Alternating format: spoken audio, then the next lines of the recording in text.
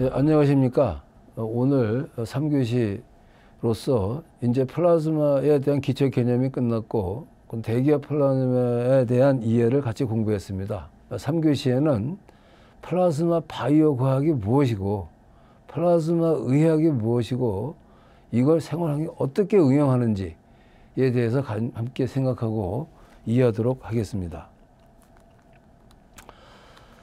전 시간에 같이 공부한 것처럼 플라즈마를 가지고 우리가 상처된 그 스킨, 이 피부에 우리가 상처 치유했을 때, 그다음에 멸균을 할 때, 농업했을 때, 환경에 처리할 때 이 안에는 전자와 이온과 들뜬 라디칼, 활성종이라고 부르는데 영어로 라디칼이라고 합니다. 활성 산소와 질소 혹은 이 안에 자외선 ABC, 그다음에 보통 바닥 상태에 있는 질소와 산소와 같은 중성 분자들이 있어서 이런 것들이 이제 칵테일 형태로 존재하기 때문에 이중의 상처에 활용되고 상처가 아무는데 그리고 암세포를 사멸시키고 또 환경에 폐수를 처리한다든지 공기를 정화할 때 쓰는 것이 활성산소와 활성질소가 됩니다. 활성종의 정의는 아까 설명드린 것처럼 이 분자에 나홀로 전자가 있어서 항상 남들과 반응하고자 하는 강력한 반응성 물질을 활성종을 정의했고 활성산소 중에 O2 마이너스 슈퍼옥사이드 N을 부르고요. 수산화기 OH, 과산화수 H2가 중요한 원소가 되겠고 NO, 일산화질소, 이산화질소, 삼산화질소, 그 다음에 N2O5 이런 것들이 이제 중요한 활성 질소종이 되겠습니다. 이걸 저희들이 이제 전기장과 자외선 혹은 전자, 이온과 어울려서 칵테일로 이루어진 물질이기 때문에 이것을 잘 어떻게 쓰는 것이 저희들의 응용의 핵심이 되겠습니다. 첫 번째 1교시에서 공부했다시피 우선 플라즈마를 왜 생명과학에 의학에 쓸 수 있는지 설명드리면 53년도에 밀러가 원시대기 실험을 했습니다. 벼락이 플라즈마 전기방전했습니다.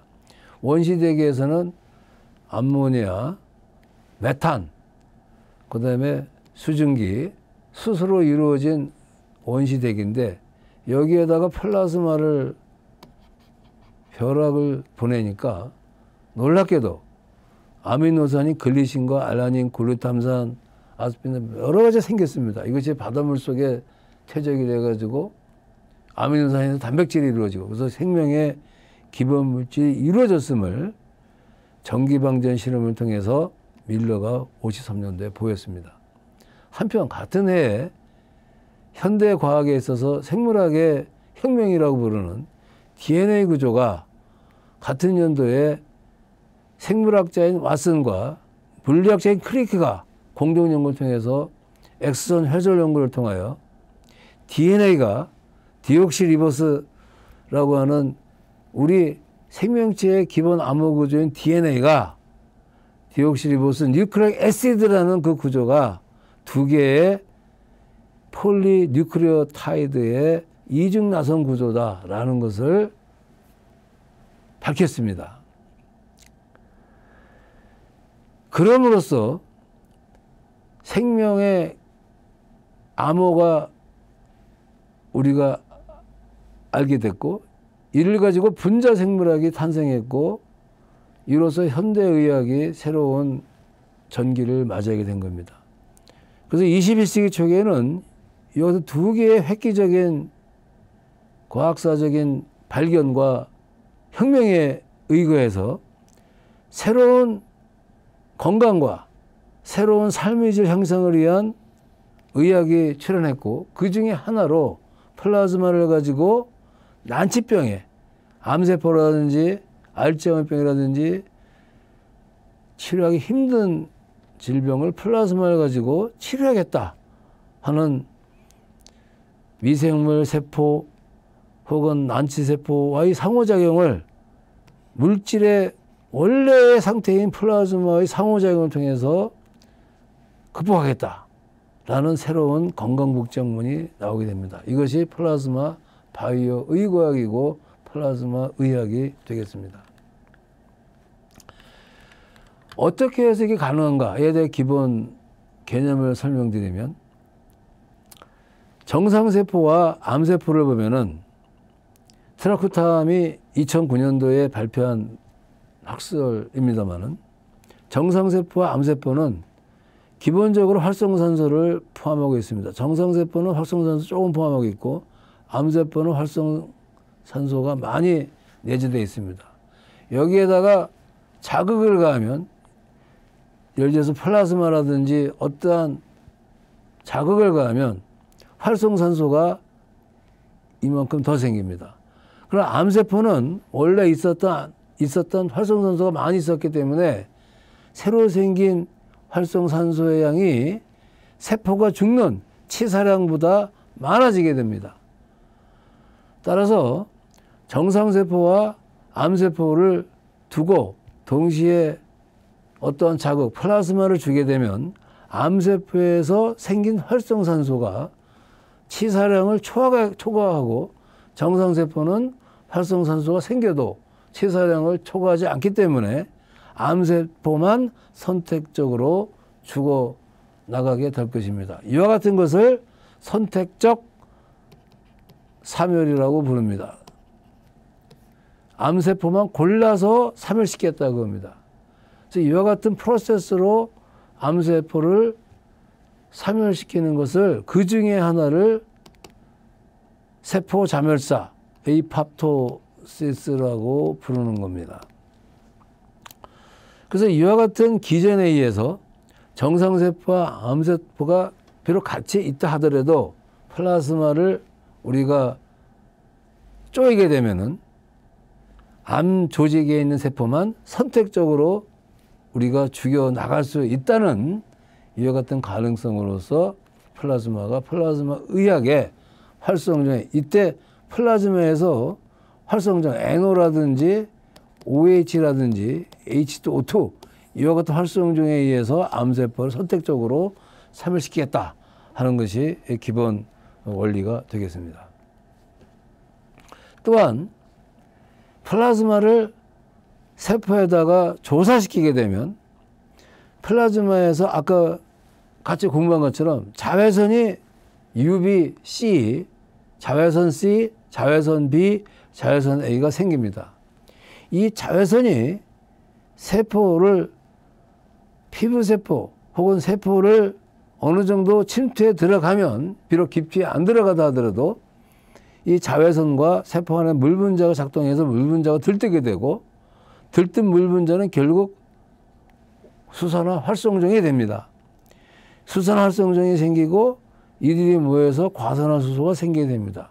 이 두 가지 활성정이 암세포 DNA를 공략해서 DNA의 염기를 파열시키거나 DNA의 밴드를 깰 수가 있는 겁니다.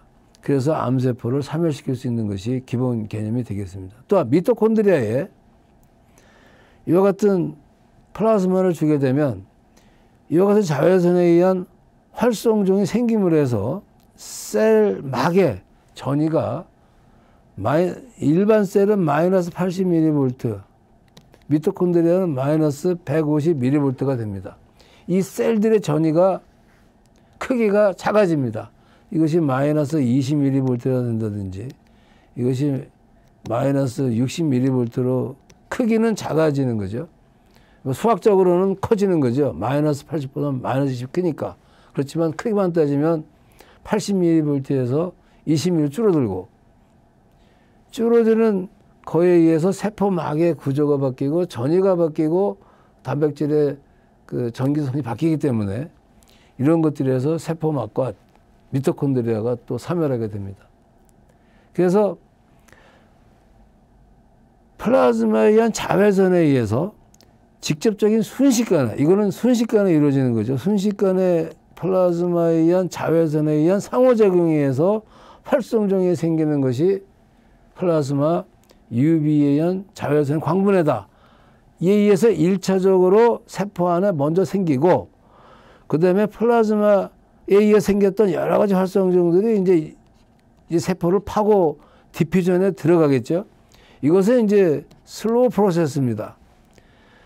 플라즈마에 의해 생기는 1차 활성종이 세포 안으로 확산해 들어가는 슬로우 프로세스와 플라즈마 UV에 의한 세포 안에 생긴 새로운 활성종, 이게 이제 패스트, 빠른 과정인데, 슬로우 프로세스와 패스트 프로세스의 상호작용으로 서로 상승작용해서 세포는 플라즈마에 의해서 OH하고 H도 생기게 되며 이 활성종에 의해서 자멸수하고 죽는다라고 보는 겁니다. 또한 이때 NO도 같이 생깁니다. 그러니까 세포 또는 조직에 플라즈마에 생겼던 1차 활성종의 확산에 의한 슬로우 프로세스와 플라즈마에 의한 자외선에 의한 광분에 의한 패스트 프로세스의 상승작용을 해서 활성산소와 질소가 생기기 때문에 병든 세포와 비정상 세포는 치유할 수 있다라는 기본 개념이 되는 겁니다. 그래서 현대에 플라즈마 가지고 소위 치매라고 불리는 알츠하이머 병이 있지 않겠습니까? 알츠하이머 병과 암세포 모든 것들은 저희들은 어떻게 보냐면은 물질의 기본 상태가 플라즈마니까 병든 단백질 혹은 유전자에 의해서 우리가 병이 생겼다고 보기 때문에 이런 물질의 기본 물질의 원초적인 물질이 플라즈마입니다. 플라즈마는 아주 단순한 구조입니다. OH, O하고 H, H2O2, NO 복합 물질이 아니거든요. 이원자, 커봤자 3원자로 이루어진 분자이기 때문에 현재 약물로 처리한 암치료보다도 더 깊숙이 침투할 수 있는 가능성이 있고 또 원초 물질이기 때문에 플라즈마에 활성종을 이용하게 되면 암세포의 DNA라든지 암세포의 조직을 서서히 깨고 치료할 수 있다는 원리가 됩니다. 그래서 플라즈마를 가지고 치유한다든지 또는 기존의 항암제라든지 기존의 치유법과 같이 병행을 하게 되면은 새로운 방법과 새로운 기원을 여는 난치병 치료가 될 수 있다고 보는 겁니다. 그래서 현대 난치병은 단백질 및 유전자 변형에서 기원했다고 보기 때문에 플라즈마를 보시는 것처럼 퇴행성 진화된 암세포가 플라즈마로 처리하게 되면 혹은 기존과 병행하게 되면은 나쁜 세포는 없애버리고 암세포는 세포 사멸을 유도하고 이 중에 정상세포는 신경분화 물질은 자극을 줘서 세포 활성을 촉진해서 뇌세포를 신경을 재생을 도와주는지 이와 같은 작용을 통해서 저온 대기압 플라즈마, 저온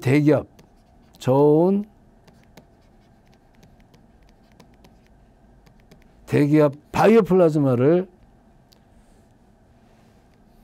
난치병인 치매라든지 파킨슨병, 그 다음에 난치병인 암, 물론 피부를 포함해서 아토피라든지 거기에 다양하게 쓸 수 있는 가능성이 있고 현재 많이 사용하고 있습니다. 그 다음에 박테리아 바이러스 같은 것도 선택적 사멸을 시킬 수가 있고 암세포는 아까 설명드린 것 증식, 분할을 막을 수 있고 선택적 사멸을 막을 수 있습니다. 그래서 상처 치유라든지 플라즈마를 이용해서 피부에 난치병 아토피라든지 물론 세균을 죽이는 데 주 목적이겠고요. 탈모라든지 그 다음에 주름이라든지 여드름을 우리가 상당히 개선시키고 치료할 수 있는 가능성이 있고 피부암도 플라즈마로 기존의 약제에 더불어서 혹은 플라즈마만으로도 치료가 가능하다라는 현재가 되는 겁니다. 또한 슈퍼박테리아가 있는데요. 뭐 페니실린에 내성이 생긴다든지 메치실린에 내성이 생긴다든지 젠타메이신에 내성이 생긴 이 슈퍼박테리아도 이와 같이 플라즈마를 가지고 처리하면은 요거 Z 플라즈마, 요건 DVD 플라즈마 치게 되면은 우선 그림에서 이게 이제 스포 박테리아입니다. 이 개수가 많은 게 현재 줄지 않습니까? 또한 면방전 플라즈마를 사용해도 스포 박테리아가 그림에 보시는 것처럼 많이 개수가 줍니다. 여기 보시는 것처럼요.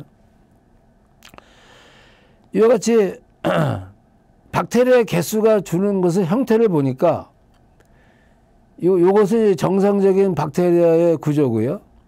요 깨진 거 보면 이 표면이 찌글찌글하게 이렇게 상하면 알 수 있습니다. 또 심한 것은 구멍이 빵빵 뚫려서 이 박테리아 표면이 상처 입은 걸 알 수가 있습니다. 이와 같은 기전에 의해서 항생제의 내성이 있는 슈퍼박테리아도 플라즈마로 죽일 수 있다라고 보는 겁니다. 근데 왜 죽일 수 있는가라고 그 슈퍼박테리아의 세포막을 조사해 보니까 C하고 O의 더블 본드에서 보시면 이건 산소에 의한 성분이 증가했고 이거 오존에 의한 성분이 증가했고 OH에서 이 막이 많이 산화가 된 겁니다. 그러니까 슈퍼박테리아의 세포막이 플라즈마의 활성 산소에 의해서 산화가 됐고 산화가 되면 막의 성격이 바뀌니까 영양분 공급을 못합니다. 이로써 슈퍼박테리아가 죽어나간다라고 보는 겁니다. 또한 신경도 이게 도파민의 에르릭 뉴로블라스트라는 신경 물질인데 플라즈마를 쓰게 되면 분화가 이렇게 잘 이루어진다를 알 수가 있는 겁니다. 이 신경 세포도 플라즈마가 1분, 그 다음에 3분, 그 다음에 5분이 되면은 이와 같이 신경 세포가 분화가 되는 것이 보이는 겁니다. 이와 같이 신경 전달 물질이 이와 같은 이 신경의 길이가 플라즈마에서 이것이 처음에 이 길이가 검수 길어지는 보시는 것처럼 신경이 분화가 잘 되는 것을 여러분이 알 수가 있습니다. 또한 최근에 코비드-19 코로나 바이러스도 이 같은 플라즈마를 쓰게 되면요. 여기 이제 플라즈마를 밑에서 보면 이 같은 이제 플라즈마 모양이 생기는데 아르곤과 에어를 섞어서 플라즈마를 째니까 바이러스가 이 바이러스 껍데기, 단백질인 이 껍데기도 플라즈마 안에 있는 OH, NO 이 같은 활성적 물질에 의해서 이 바이러스의 단백질이 변형을 받고 DNA도 변형을 받고 특히 코로나 바이러스는 스파이크 프로테인도 변형을 받는 거죠. 그래서 이 바이러스가 죽어나간다. 그래서 활성산소와 질소를 이용해서 모든 바이러스도 우리가 비활성화시킬 수가 있다라는 그 가능성도 있는 겁니다. 그래서 실제 제 실험실에서 플라즈마로 만든 NO 물이 있습니다. NO 워터인데 플라즈마 NO 워터를 가지고 코로나 바이러스를 한번 해봤습니다. 해보니까 기존의 약제가 클로로킨과 리토나빌인데 플라즈마로 만든 NO는 약의 성분이 33.8 이게 선택인자인데요. 선택인자는 뭐냐면 코로나 바이러스의 숙주인 폐세포를 죽이는 것이 NO물의 농도가 약 2600 마이크로몰이면은 요 정도면은 그 폐세포가 죽습니다. 그런데 폐세포하고 바이러스가 함께 섞였을 때 효과적으로 바이러스를 죽이는 농도가 대략 어느 정도냐면은 50 마이크로몰이 됩니다. 그러면 폐세포만 죽는 독성과 바이러스 같이 있었을 때에 같이 죽는 독성과의 비가 선택인자인데 이 선택인자가 소위 약제로서의 기능입니다. 값이 클수록 기능을 잘하는 건데 플라즈마 물을 쓰게 되면 33.8로서 기존의 클로로킨이라든지 리토나빌에 의해서 월등히 높은 약의 성능이 있습니다. 그래서 플라즈마 가지고 바이러스를 우리가 치유할 수 있다. 바이러스를 억제할 수 있다라는 것이 현재 쓰고 있고 이걸 가지고 또 현재 우리가 많은 응용을 하고 있습니다. 또한 플라즈마 이와 같은 이제 또 마이크로웨이브로 만든 이 플라즈마 NO를 물에 녹여가지고 NO물을 만드는데 이 NO물을 가지고 만든 실험 결과가 아까 설명드렸던 되겠습니다. 그래서 저희들의 pH도 조절 가능하고, 그래서 플라즈마만의 NO물이 코로나 바이러스를 잡을 수 있다라는 것을 보이는 겁니다. 또한 플라즈마 가지고 딸기에 줬더니만 30분을 처리한 플라즈마물 씨앗은 잘 보시는 것처럼 15분 30분 처리한 씨앗은 잘 자란다 볼 수가 있고요. 또한 플라즈마 물 가지고 딸기를 보관하는데, 일반 물은 뭐 5일 되면 썩어 나갑니다. 썩어 나가는데 플라즈마를 처리한 물은 뭐 5일이 돼도 신선하다 알 수가 있고요. 이와 같이 플라즈마 물을 가지고 씨앗을 잘 성장한다든지, 또한 물속에 물을 플라즈마 활성정을 넣어서 이걸 가지고 소독수로 쓴다든지, 그다음에 플라즈마 팜으로 스마트팜이라든지 농업에 쓰는 새로운 기술이 현재 친환경 농업에 되겠습니다. 그래서 친환경 농업은 플라즈마 가지고 NO물을 만드는 것이 주가 되는데, 직접 공기를 씁니다. 공기를 벼락을 만들어서 물을 처리하면 이 물 속에 NO가 들어가 가지고 이 NO가 각각의 농작물에 관계 물을 뿌려줘서 병충해에 강하고, 보시는 것처럼 병충해에 강하고 잘 자라는 이와 같은 새로운 농법이 되겠습니다. 또한 플라즈마 가지고 새로운 비료를 만드는 기술이 있는데, 이와 같이 이제 스마트 건물 안에 스마트팜의 기술로서 우리가 플라즈마를 가지고 새로운 플라즈마 농업을 할 수가 있고, 암모니아를 형성해서 비료라든지 새로운 농법에도 쓸 수가 있습니다. 그래서 비료로 쓰게 되더라도 우리가 산성이 없는 플라즈마 물을 만들기 때문에 친환경이 되겠습니다. 그래서 기존에 비료로 만드는 게 하버부시 프로세스인데, 화공으로 이것은 암모니아 1kg 만들 때 20kW가 듭니다. 근데 플라즈마는 5000kW가 되는데 비싸게 보이지만, 플라즈마는 건설할 때 대지가 필요 없고 다른 시설이 필요 없습니다. 그렇죠. 하버부시는 대지가 필요하고 여러 가지 고온과 고압 시설이 필요하기 때문에 다 고려하게 되면 플라즈마하고 하버부시는 서로 경쟁력이 있는 공법이고, 하버부시의 공법을 기초로 해서 플라즈마가 같이 쓴다면은 새로운 농업 기술이 창출이 가능하다라고 보는 겁니다. 또한 이와 같이 상처가 났을 때 플라즈마 의료기기를 현재 상처 치료기를 만들고 있는데, 이와 같이 상처 치료기를 만들면 특히 화상 환자들에게 거즈를 대면 아리고 아프니까 거즈 대신에 플라즈마 쓰면은 비교적 쾌적한 환경에서 아프지 않고 상처를 치료할 수 있는 모델이 되겠습니다. 현재 임상이 끝나고 아주 중요한 결과를 얻고 있어서 조만간에 병원에서 쓰리라고 생각합니다. 그래서 우리 플라즈마 바이오 기술은 현재 약 10조 원의 시장이 있습니다.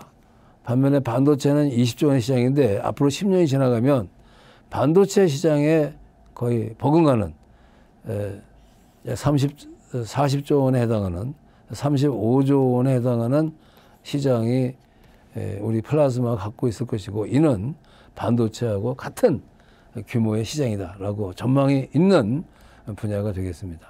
그래서 또한 환경 영업에도 보시면 대기에 플라즈마로 바이러스라든지 공기질을 개선할 때 약 150조 원의 시장이 있고, 폐수 처리할 때도 110조 원의 시장이 있으며, 토양 산성화라든지 토양의